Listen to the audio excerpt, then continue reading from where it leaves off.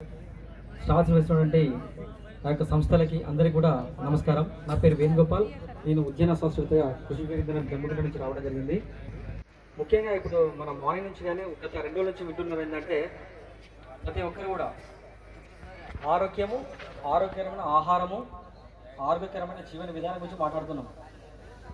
అంటే వీటన్నిటికీ కారణము మనము గమనించినట్లయితే మన భూమి నుంచి ఏదైనా తీసుకోవాల్సింది. ఆరోగ్యం బాగుండాలంటే భూమి నుంచి మంచి ఆహారం తీసుకోవాలి.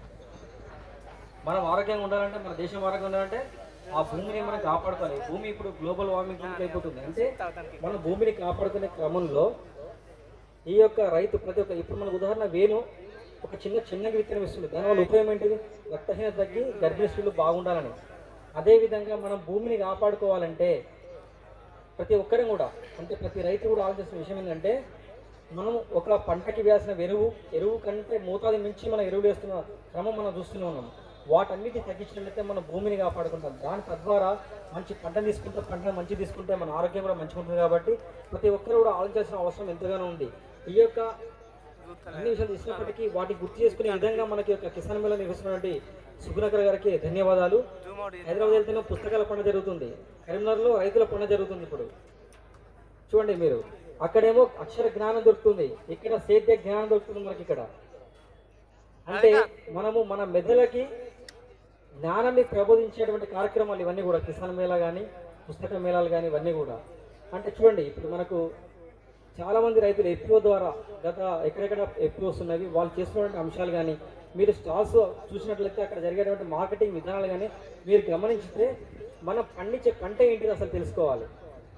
మనం వరి పంటని 100 రోజులు పండిస్తే అదే 100 రోజుల్లో బంతి పండించిన రైతు యొక్క విలువలు ఎలా ఉన్నది, అదే 100 రోజుల్లో మనం మిగతా పంట పండిస్తే ఆ యొక్క రైతు యొక్క జీవన విధానం ఎలా ఉంది, అదే 100 రోజుల పంటను మనం వరి పొలం సాగించి ఆ వరి పొలం నుంచి వరిలో తీసుకుని దాన్ని వరి బియ్యంగా మార్చి ఆ బియ్యాన్ని మొరమొరాలు కానివ్వండి, రకరకాల అప్పడాలు కానివ్వండి, రకరకాలుగా పిండి పాత్ర చేసినటువంటి వాళ్ళ జీవన విధానం ఎలా ఉందో మనం గమనిస్తే ఏంటంటే మనం ఏం చేయాలనేది మనకు అవగతం అవుతుంది అనమాట.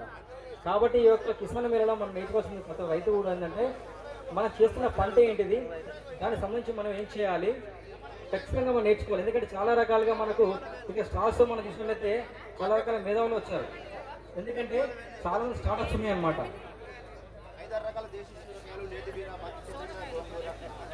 చాలా రకాల స్టార్టప్స్లో కొత్తగా స్టార్ట్ చేసిన వాళ్ళు కొందరు మష్రూమ్ ఫ్రైలు, చిల్లీ ఫ్రై, టమాటా ఫ్రై అంతా కూడా అంటే సోలార్ డ్రైయర్ కింద, అంటే నేషనల్ స్కీమ్స్ ద్వారా మనకి చాలా రకాలుగా సబ్సిడీ ద్వారా సోలార్ డ్రైయర్స్ కానివ్వండి, రకరకాల హార్టికల్చర్ సంబంధించినటువంటి, విజ్ఞాన సంబంధించినటువంటి సబ్సిడీలు అధికంగా లభిస్తున్నాయి. దాన్ని మనము తెలుసుకొని మన వంతుగా మనం వెళ్ళి నేర్చుకున్నట్లయితే మన యొక్క పొలంలో పంట మార్పిడి జరిగి మన ఆదాయంలో మార్పిడి జరిగే విధంగా ఎక్కువగా ఉంటుందన్నమాట. రైతులందరూ కొంచెం సమయం పాటించండి. అతను మీ దగ్గరికి వస్తాడు.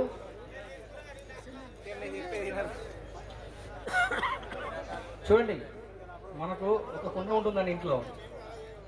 ఆ కుండలో మనం డబ్బులు వేస్తూ ఉంటాము. ఆ కుండ ఎప్పుడు నిండుతుంది? దానికి ఎలాంటి బొక్క లేకుండా నిండుతుంది. ఇప్పుడున్న పరిస్థితుల్లో స్కూల్ ఫీజులకు ఒక బొక్క పడుతుంది, కాలేజ్ ఫీజులకు ఒక బొక్క. ఆరోగ్యానికి, మన ఆరోగ్యానికి, ఇంట్లో ఉన్న వాళ్ళ ఆరోగ్యానికి, పెద్దలకి, చిన్నలకి, అందరికీ మనం డబ్బు ఎంత వేసినా కానీ అందులో నిలకడ లేదు, ఉండట్లేదు. అలాంటప్పుడు అదే మనం వరి పొలాన్నే ఆసరా చేసుకొని అదే ఎకరంలో వరి పొలం పండించి అదే 30,000 రూపాయల లాభాన్ని పొందుతూ మనం ఎంతకాలం మనం ఆ కుండ నింపగలుగుతాం. కాబట్టి పంట మార్పిడి చూడండి, మీకు ఇంత చెప్పినట్టుగా బంతి సాగు తీసుకుందాం. ఒక ఎకరంలో 10,000 మొక్క బంతి పెట్టాము. ఒక్కొక్క మొక్క అరకిలో పూలు పూసినా కానీ 5,000 కిలోలు. వర్షాలకి సరిగ్గా రాలేదు, 3,000 కిలోలు పూసింది. ఈరోజు మన బంతి పూలు మార్కెట్లో కొనాలంటే మినిమం 100 రూపాయలు, లేదు 50 రూపాయల కిలో అమ్మినా కానీ ఖర్చులోనే పోను 1,50,000 రూపాయలు. మనకి ఆ ఎకరంలో వచ్చే పంట ఏముందో అట్లా 100 రోజుల సాగులోనే ఉంటుంది. అంటే మనము ఎక్కడ మార్కెటింగ్ చేసుకోవాలో మనం చేసుకోగలిగితే ఆ మార్కెట్ తగ్గట్టుగా మన పంట మార్పిడి మన పొలంలో మనం చేసుకుని దాన్ని మనం అక్కడ తీసుకెళ్ళి మనం అమ్ముకున్నట్లయితే ఖచ్చితంగా లాభం పొందే అవకాశం ఉంటుంది. అదేవిధంగా సెంట్రల్ గవర్నమెంట్ ఎఫ్పిఓస్ 10,000 ఎఫ్పిఓల ద్వారా రకరకాలుగా రైతుల ద్వారా సమకూర్చి అందరినీ కూడా ఒక దగ్గర యూనిట్గా చేర్చి ఎఫ్పిఓస్ ద్వారా కూడా మన మానకొండూరు కానివ్వండి, ప్రతి చోట ఎఫ్పిఓస్ అనేవి మన కరీంనగర్లో చాలా చోట్ల ఉన్నవి. ఆ ఎఫ్పిఓలలో మనం కూడా జాయిన్ అయిపోయి మనకు వచ్చిన పంటని ఆ IPO ద్వారా మార్కెటింగ్ చేసుకోవడం ద్వారా కూడా మనము అధిక లాభం పొందే అవకాశం ఎక్కువగా ఉంటుంది. కాబట్టి ఆ విధంగా కూడా మీరు ఆలోచించాలి. మునగ ఇందాక స్టాల్లో చూస్తే మునగ పౌడర్ ఉంది. మునగాకు పౌడర్ చూడండి, 400 రూపాయలు కేజీ ఉంది. 8 కిలోల మునగాకుని డ్రై చేస్తే 1 కేజీ వస్తుంది పౌడర్ ఆకుని.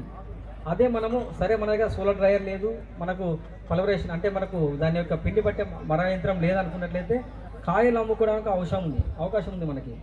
ఉదాహరణకి ఎకరానికి 444 చెట్టు పెట్టుకుంటే మనము ఒక చెట్టుకి ఎంతలైనా 200 కాయలు కాస్తుంది మినిమం. కరెక్ట్గా సంవత్సరంలో 300 కాయలు కాస్తుంది. ఈరోజు ఒక 6 కాయలకే 30 నుంచి 50 రూపాయలు ఉంది మార్కెట్లో.